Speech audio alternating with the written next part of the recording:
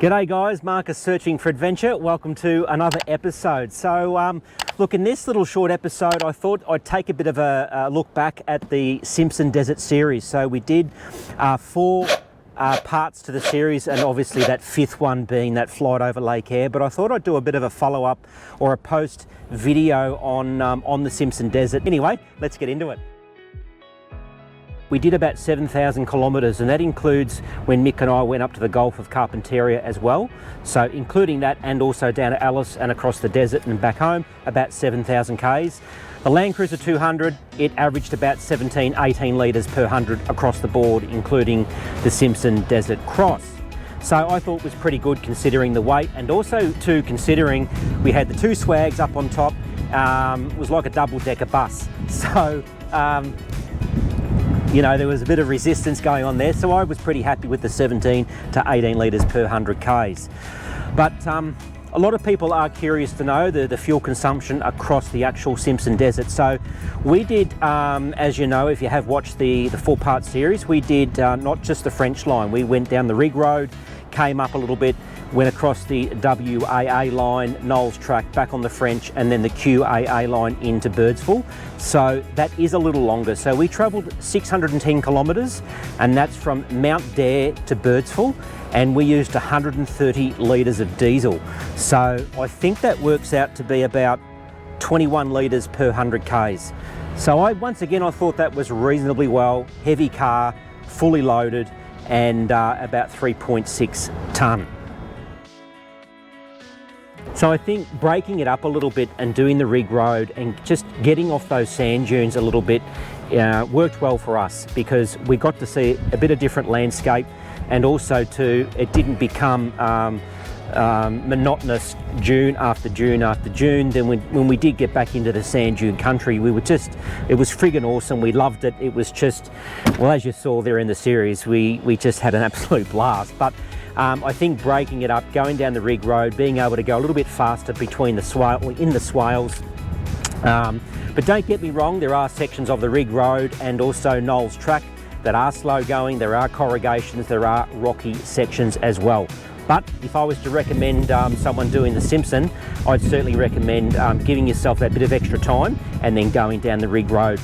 Certainly we had a good time anyway. Another hot tip that worked for us was travelling from west to east. So Andy had done, as I said before, the Simpson Desert crossing a couple of times.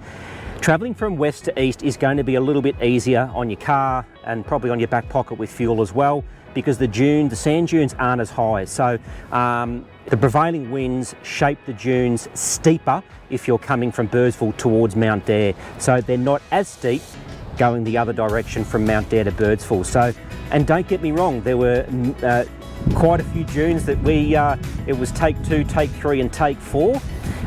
So there's still lots of challenging dunes, as you would have seen there in the series, but just makes it a little bit easier. The maps, I had HEMA, had paper maps, and I had the online HEMA maps downloaded to my phone. Worked a treat, no issues there. Tyre pressures. So we ran about 30 PSI when we were on just gravel and dirt roads, which was pretty much up until Perny Bore.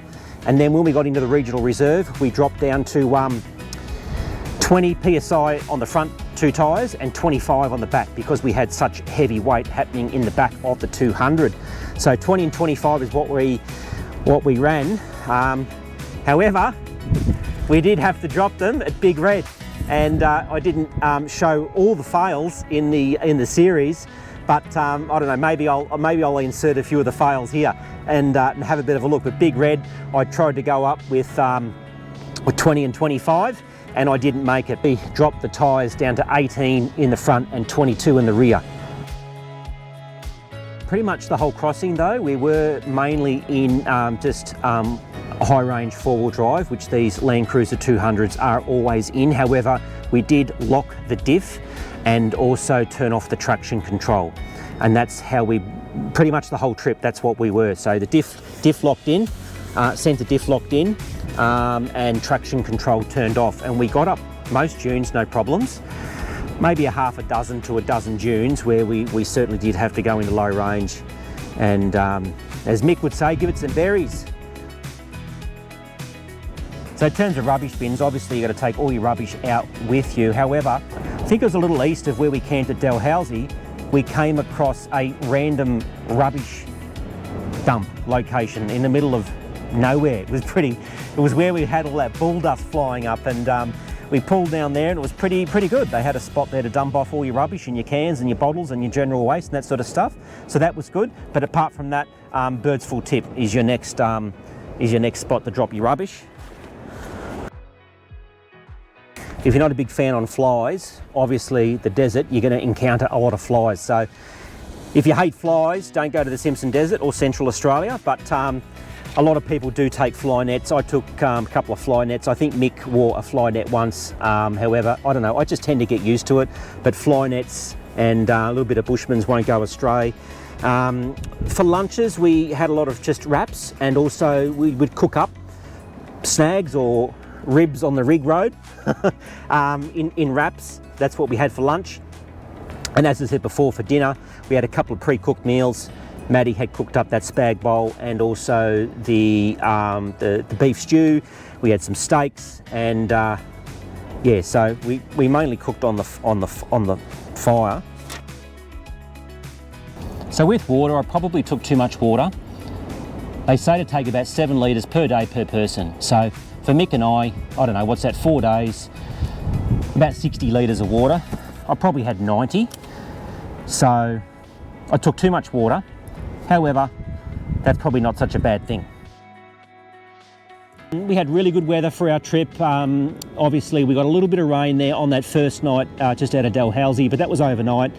And then apart from that, everything was fine. So we had perfect days, about 20, 22 degrees. And of course, when we went, it was early June, second week in June. So in the middle of winter, cool nights though. We were lucky we didn't get any frosts. We never got any temperatures down below, I think 5 degrees overnight. So I think every morning was about 7 degrees. So we were very, very lucky. We were very lucky with the weather, because obviously it does typically get pretty cold out in the desert at night. So I reckon we spent about $2,000 on fuel for the 7,000 Ks, give or take $1,800 to $2,000. I'm not one of these people who writes everything down, don't like to know, but obviously Mount Dare was the most expensive, which is fair enough. I think it was $2.27 a litre. And in Birdsville, for the life of me, I can't remember. I think Birdsville wasn't actually that bad. I think it was about $1.60, $1.70. I can't remember. If I do remember, I'll throw it up on the screen there, what we paid in Birdsville. But basically, the other areas, when Mick and I went up to the Cape, the Gulf, not the Cape, yeah, look, generally range from $1.50, $1.60, $1.70 is what we paid for diesel. The 200, the Land Cruiser 200, we had no issues with the car, which was apart from almost running out of fuel. But that was my issue, not the Land Cruiser's issue. But the car ran beautiful. I said this a lot to Mick when we were driving. It literally drives itself. It's that comfortable, even with the stiffer suspension and the airbags in the rear. It bloody just drives fantastic, and you know, it's doing it in style, in my opinion. So pretty comfortable in the 200. Obviously goes without saying, anyone that's going to go out and do the Simpson Desert or a big trip, you're going to get your car serviced before you leave, which obviously I did, and we also did take a few spares. And I'm no mechanic, absolutely I'm no mechanic. However, Mick's very mechanically minded, and so is Maddie and Andy. So I think the trick is to take spares with you, and even if you don't know how to replace them, or even your travelling buddy mate doesn't know how to replace them, if you've got the spares there, it can get you out a bit of a bind. Because as I said before, look, 9 times out of 10 you are going to, well, 10 times out of 10 you're going to come across someone, and someone might come along and know how to, I don't know, change a belt or something like that. And if you've got the belt, a spare belt that you need, you know, that might be the difference between a good Samaritan helping you out and showing you how to change that belt, or a $10,000 remote desert recovery.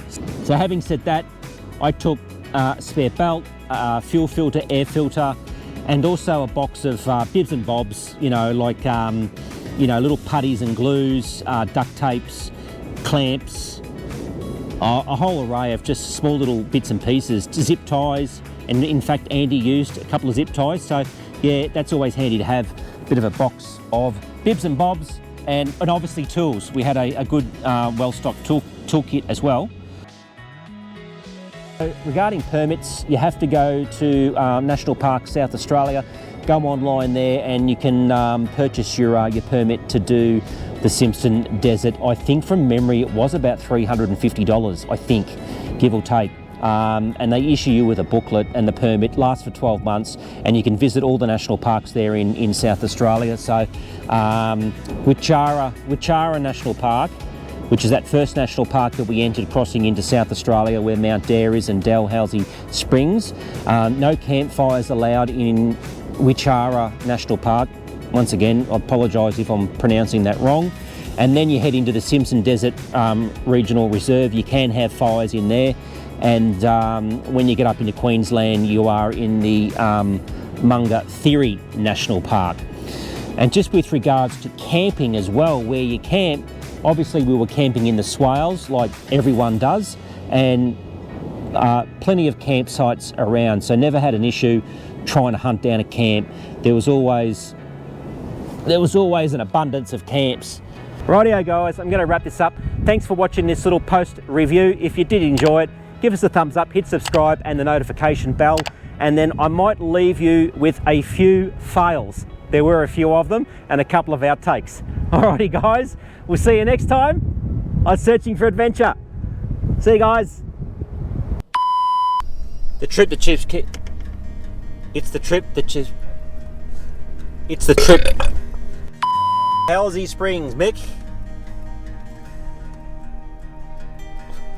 Yep.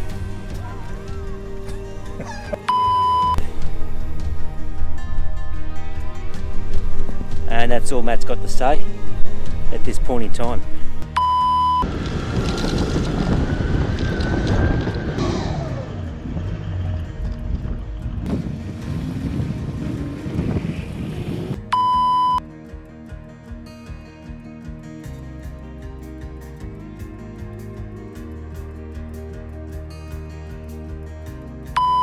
What a spot, guys.